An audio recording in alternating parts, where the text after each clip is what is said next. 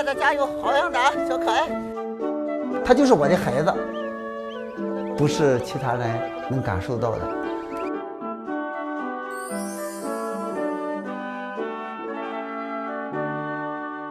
生活嘛，不就柴米油盐酱醋茶，人生百味。我是搬家的，不是拆家的。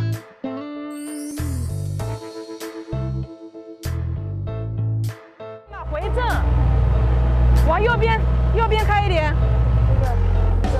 我还是有点种田的天分在身上的。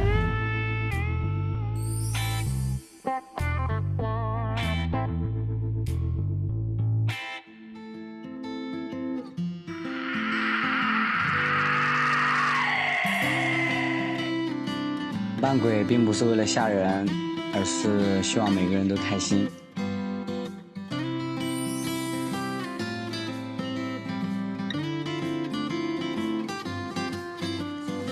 我能上，但是我怕。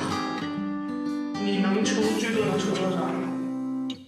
我来这里的时候，本地人看我都觉得看了一个外来物种一样。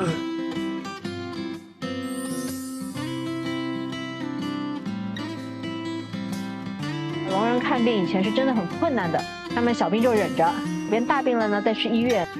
我希望我的聋人朋友能够有更好的生活。